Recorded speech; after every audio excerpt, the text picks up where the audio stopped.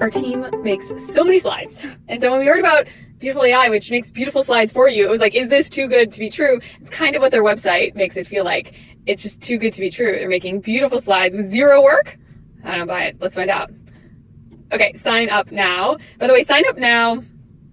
Very interesting. It's a big barrier. It's like, do I really want to take this big leap? We usually recommend folks do a little bit more, try, continue, where the drop off is just going to move to the next page. But in theory, you won't get as many people kind of scrolling because they don't think it's a hard commit right away.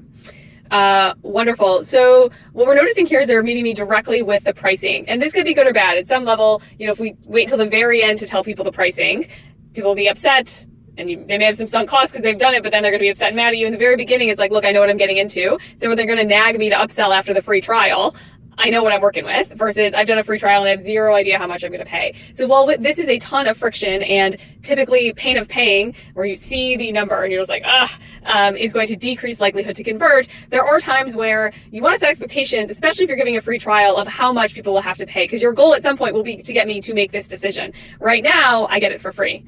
So it's curious that I have to make this decision up front between pro and team. So kind of a classic hack right now is you give away the premium feature for free, and then when they downgrade, or when their free trial's up, they get to downgrade to the other one. They're giving up features, classic endowment effect. But it seems like for this one, they're going to make me look and figure out which one I want first.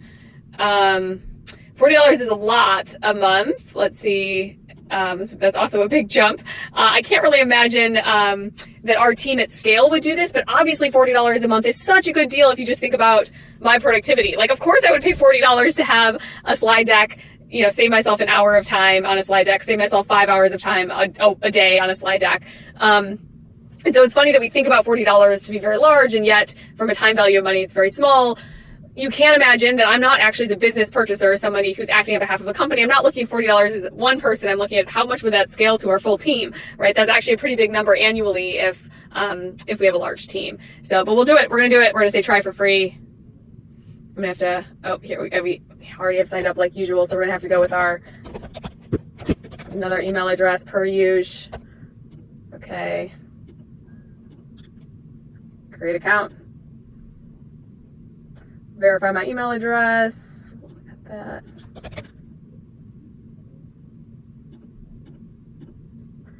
Love the big blue button. By the way, on email, or on desktop, this is quite easy. On mobile, this is a little bit more annoying because you're doing a lot of things. Company name, we'll go with Irrational Labs.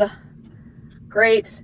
Invite my team members. So it's interesting to anchor me on that this is a team product, but of course, it'd be very hard to do this unless people are really committed. They already know that they want to sign up, which, by the way, I think, with some products and teams, that. So if you're somebody who's evaluated Dropbox and now you're a business marketing manager who's signing up on behalf of your team, you don't really need a free trial. You know exactly what you want to do. The team's already decided that Dropbox is going to be part of your software stack. And so actually, not giving me the free trial would be great because I'm just going to purchase. I want to get started right now. Asking for these email addresses is great because I just want to pay for everyone in one go. I don't want to have to go back and add people and then do more expense reports for it. And yet this is probably not where folks are at with Beautiful AI at this point. But if you are a business buyer, this is something to consider, is how, when I'm operating on my corporate card, what is the easiest thing for me to do? Is it to swipe my card once or swipe it multiple times? And likely it could be once. But again, this is only for folks who already know that they want to get beautiful with Beautiful AI.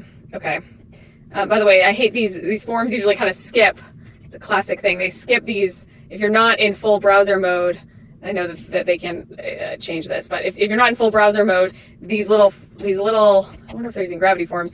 It automatically goes to the promo code, and we should get people, automatically to go to this. So almost you're guaranteeing an error. I'm starting my trial. I'm going to email myself. Great. Gotta remember that one. I'm gonna email myself April 14th. Cancel. Wonderful. So now this is, we talk a lot about having questionnaires for asking people things. Well, this seems to be one of them. So, again, people pick the first one, but we'll say work. Irrational Labs. These are all required, it seems.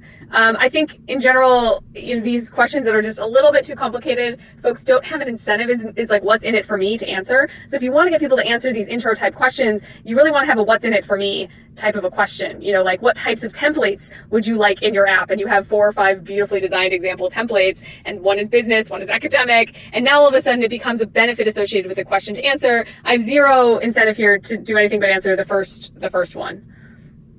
Just make it easy for myself and do the one that's defaulted. Great. That's what we're doing. Okay. This, again, a really nice little entryway. So it's basically saying what you want to do. Actually, it's not asking me. This is just a this is a glorified carousel. Never mind. Oh, no, I can't click on these buttons. Okay. So make my team more efficient. Manage content. I don't know. I guess make my team more efficient. And this is okay, so now this is the carousel. Guys, carousels! It's such a beautiful platform, but people just aren't going to read this right away. I love these benefits. It's just my investment level at this point is pretty low. We're killing this. Okay, so wonderful. So we basically are trying to figure out what do we do. Team folder is created by me. I think the goal right now is to create a new presentation. So kind of obvious, but probably would put that button a little bit bigger. Wonderful. Okay, so I'm dropped right in here. Now, if I'm familiar with Google Docs or familiar with PowerPoint, this is actually going to be quite tough because, my norms, my habits on how I design slides, so ingrained from when I was a little child. Just kidding. And so this could be interesting, but let's see. So let's say we'll go with our minimal style. We'll click, import from PowerPoint. So we can import from PowerPoint. Interesting. Okay, this is really great. By the way, if you're thinking about enterprise software, there's really a really interesting rule of thumb here where you want to make it really easy for people to port their stuff over to you and slightly harder for them to get it out. So you notice that PowerPoint does that to Docs, or Docs does that to PowerPoint, or if you're downloading a Google Doc, you open it up in PowerPoint, all of a sudden you're embarrassed, all the stuff's not aligned. If you're copying and pasting something from Google Docs into Word, sometimes formatting is weird. The teams have no incentive to make it easy for you to take stuff out. But we have all the incentive to make it easy for us, or should have all the incentive to make it easy for us to put stuff in. And in fact, it's possible that if we were redesigning this beautiful AI, what we would do is really start there. If you are interested in beautiful AI, you create PowerPoint slides at some level. And so importing from another PowerPoint slide is going to just, make the value prop much more easier. I can import all my old presentations to start off, and I would have my branding, my templates, my, normal things I copy paste from. So this is really appealing as a way to do it. So we will pause there and continue and then start to make a presentation.